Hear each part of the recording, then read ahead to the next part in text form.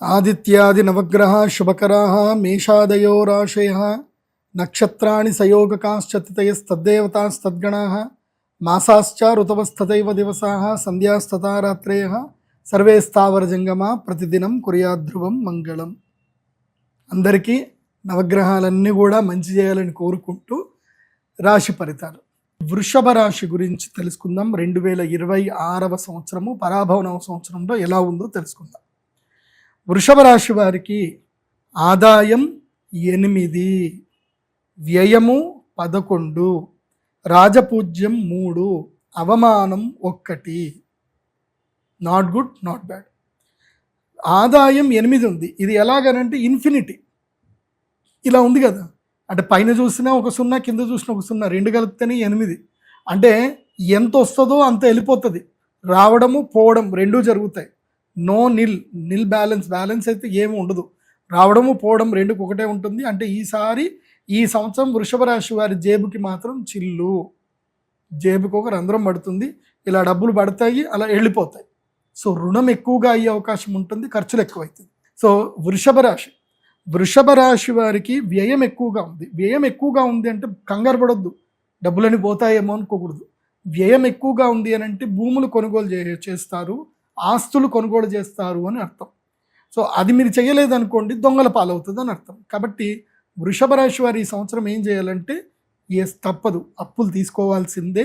అప్పు చేయండి, ఇల్లు కొనుక్కోండి, తర్వాత భూములు కొనుక్కోండి. దానివల్ల మీ నిరర్థకంగా పోవాల్సిన డబ్బు ఎక్కడో ఒక చోట నిలకడగా ఉంటుంది. అది బాగా గుర్తుపెట్టుకోండి. కాబట్టి వృషభ రాశి వారికి ఆదాయం బాగానే ఉంది, వ్యయం కూడా మంచిదే.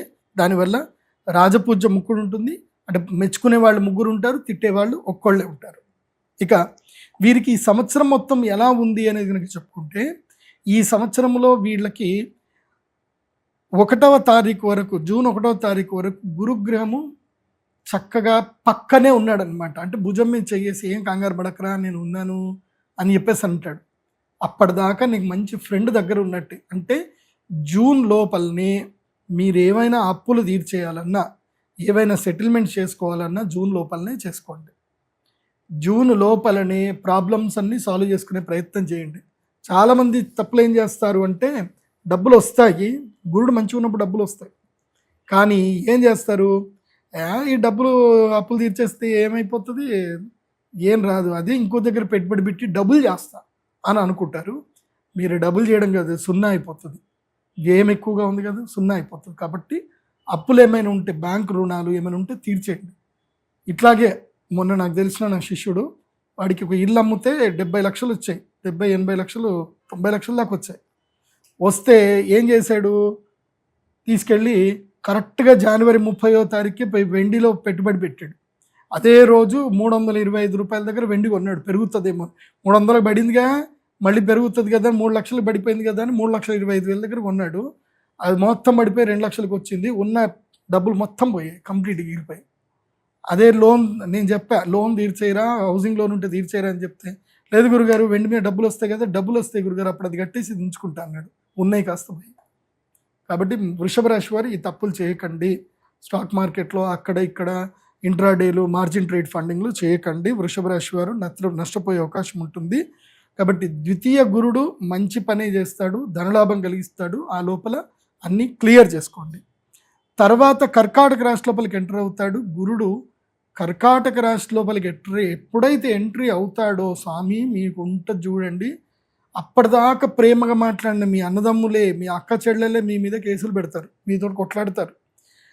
అమ్మ ఆస్తిలో నాకు కూడా హక్కు ఉందిరా, నాన్న ఆస్తిలో నాకు కూడా హక్కు ఉంది, తాత ఆస్తి నాకు కూడా హక్కు ఉందిరా అని అంటారు. ఇంకా స్టార్ట్ అవుతుంది, ఇంకా కొట్లాటలు స్టార్ట్ అవుతుంది. అన్నదమ్ముల మధ్యన కలహాలు, స్నేహితుల మధ్యన కలహాలు, విరోధాలు, వైరుధ్యాలు, అతి సాహసం చేయడం వల్ల దెబ్బలు, నష్టాలు, ఇవన్నీ కూడా జరిగేటువంటి అవకాశం ఉంటుంది. తర్వాత ఏమిటి, ఎప్పటి నుంచి, జూన్ నుంచి అక్టోబర్ వరకు ఇది ఉంటుంది. ఈ సంవత్సరం గురుడు అలా ముందుకెళ్ళి వెనక్కి వచ్చేస్తున్నాడు, చాలా ఫాస్ట్గా వెళ్ళిపోయి. కర్కాటక రాశిలో గురుడు ఉన్నంతసేపు వృషభ రాశి వాళ్ళకి విపరీతమైన సమస్యలు వస్తాయి. తర్వాత సింహరాశి లోపలికి ఎంటర్ అవుతాడు. అప్పుడు ఇంకేం జరుగుతుంది తెలుసా, 4వ ఇంట్లో గురువు వచ్చేస్తాడు. అప్పుడు ఏంటి, వృషభం నుంచి వృషభం, మిథునం, కర్కాటకం, సింహం నాలుగో ఇంట్లో గురువు వస్తే ఏం చేస్తాడు? గురుడు నాలుగో ఇంట్లో అంత యోగకారకుడు ఏం కాడు. Not good, not bad. మానసిక ప్రశాంతత ఇవ్వడు. ఇళ్ళు రుణంకి వెళ్ళిపోతాయి, అప్పుల పాలవుతారు. తర్వాత మీరు ఎవరైతే బాగా ప్రేమగా ఆప్యాయతగా వాళ్ళకి ముద్దు చేస్తారో వాళ్ళే మీకు విపరీతంగా దెబ్బలు కొడతారు. వాళ్ళతోటే మీకు సమస్యలు వస్తాయి. మీరు ఎవరికైతే అతిగారాబం చేస్తారో వాళ్ళు మీకు అతిగా మోసం చేస్తారు. గృహ రుణాలు పెట్టుకునే అవకాశం, అక్కడ సమస్యలు వస్తాయి. బంగారం తాకట్లు పెట్టే వస్తుంది, మానసిక ప్రశాంతత కోల్పోతారు. కానీ ఒక మంచి జరుగుతుంది, దానివల్ల కొంచెం ధనలాభం కలుగుతుంది. మీకు రియలైజ్ అవుతారు ఎవరు మీ వాళ్ళు ఎవరు మీ వాళ్ళు కాదు అని ఒకటి మాత్రం రియలైజ్ అవుతారు. ఈ సంవత్సరం వృషభ రాశి వారు మాత్రం ఎంతకి అంతే ఉండండి, జాగ్రత్తగా ఉండండి, మాటని చాలా పొదుపుగా వాడుకోండి, అప్పులు ఈ సంవత్సరం క్లియర్ చేసుకోండి అండ్ సుఖపడండి. ఈ సంవత్సరం నేను వృషభ రాశి వారికి చెప్పేది ఏంటంటే, ఎంత వీలైతే అంత ఎంజాయ్ చేయండి, ఎంత వీలైతే అంత ఖర్చు పెట్టుకొని లైఫ్ని ఎంజాయ్ చేయండి, సుఖపడండి. ఎన్ని భోగాలు అనుభవించే టైం వృషభ రాశి వారికి, భోగ సుఖాలు అనుభవించే టైం.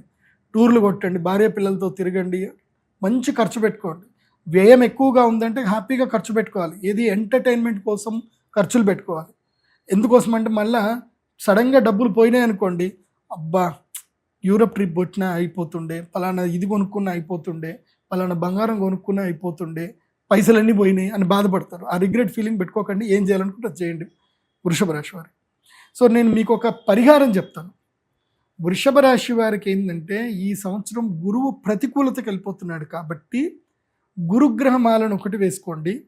అదేవిధంగా గురుగ్రహమాలను వేసుకోండి. తప్పకుండా అక్షయ తృతీయ మీకు మెయిన్ డే అనమాట. అక్కడ దాకానే మీకు లక్. అక్షయ తృతీయ రోజున శ్రీ మహాలక్ష్మి యాగం చేయండి, అమ్మ అనుగ్రహాన్ని పొందండి, యంత్రాన్ని తీసుకోండి, మీ అదృష్టాన్ని ఆ యంత్రంలో నిక్షిప్తం చేసుకోండి. కాబట్టి అక్షయ తృతీయని ఎట్టి పరిస్థితుల్లో వృషభ రాశి వారు మిస్ చేసుకోవద్దు. మీ అందరి కోసం అని చెప్పి నేను 3 కాలాలు సంవత్సరం మొత్తం మీద 3 సార్లు యాగం చేస్తాను. వసంత పంచమి, అక్షయ తృతీయ, ధనత్రయోదశి. ఒక్కొక్కళ్ళకి ఒక్కొక్క టైంలో లక్ వస్తుంది. ప్రతి రాశి వాళ్ళకి ఒక్కొక్క టైంలో ఒక లక్ వస్తుంది. సో మేషరాశి వాళ్ళకి ధనత్రయోదశికి లక్ టైం వస్తే, వృషభ రాశి వారికి అక్షయ తృతీయ నుంచి లక్ వెళ్ళిపోతుంది. కాబట్టి అక్షయ తృతీయకి లక్ను రెడీ చేసి పెట్టుకోవాలి. సో రాబోయే నష్టం రాకుండా వాళ్ళు ప్రొటెక్ట్ చేసుకోగలుగుతారు వృషభ రాశి వారు. కాబట్టి వృషభ రాశి వారు అక్షయ తృతీయకి మహాలక్ష్మి యాగానికి ఇప్పుడే బుక్ చేసుకోండి. మీ సీట్ కన్ఫర్మ్ చేసుకోండి. ఎందుకోసమంటే నేను 100 మందికే టికెట్ ఇస్తాను కాబట్టి, సో 100 మందిలో మీరు ఒక్కళ్ళు అవ్వండి. అక్షయ తృతీయ యాగం చేసుకొని ఆ అమ్మ అనుగ్రహాన్ని పొందండి. ఏప్రిల్ 17వ తారీఖు అక్షయ తృతీయకి సిద్ధం అవ్వండి. తర్వాత గురుగ్రహ మాల ఇస్తాను, గురుగ్రహ మాల వేసుకోండి. ఈ సంవత్సరము వృషభ రాశి వారు తప్పకుండా ఎవరి దర్శనం చేసుకోవాలో తెలుసా? కంచి కామాక్షి అమ్మవారి దర్శనం చేసుకోవాలి. అమ్మవారి అభిషేక దర్శనం చేసుకోండి. అమ్మవారికి బంగారు వర్ణంలో, పసుపు వర్ణంలో ఉండేటువంటి చీరను అమ్మవారికి నివేదన చేయండి. కుంకుమ వర్ణం బార్డర్ ఉండాలి, లేదా గ్రీన్ కలర్ బార్డర్ ఉండాలి. సో బంగారు వర్ణంలో ఉన్న చీరను అమ్మవారికి బహుకరణ పెట్టండి. మీ జీవితం లోపల ఏ సమస్యలు గురుగ్రహ ప్రతికూలత వల్ల రావు. కానీ మీకు ఒక లక్ తెలుసా? మీకు ఈ సంవత్సరం మొత్తం 11వ ఇంట్లో శని ఉంటాడు. శని 11వ ఇంట్లో ఉంటే రుణం మొత్తం తీర్చేస్తాడు. ఓకే, 10వ ఇంట్లో రాహు ఉన్నాడు కాబట్టి ఏం చేస్తాడు అంటే, 10వ ఇంట్లో రాహు ఉంటే ఏం చేస్తాడు?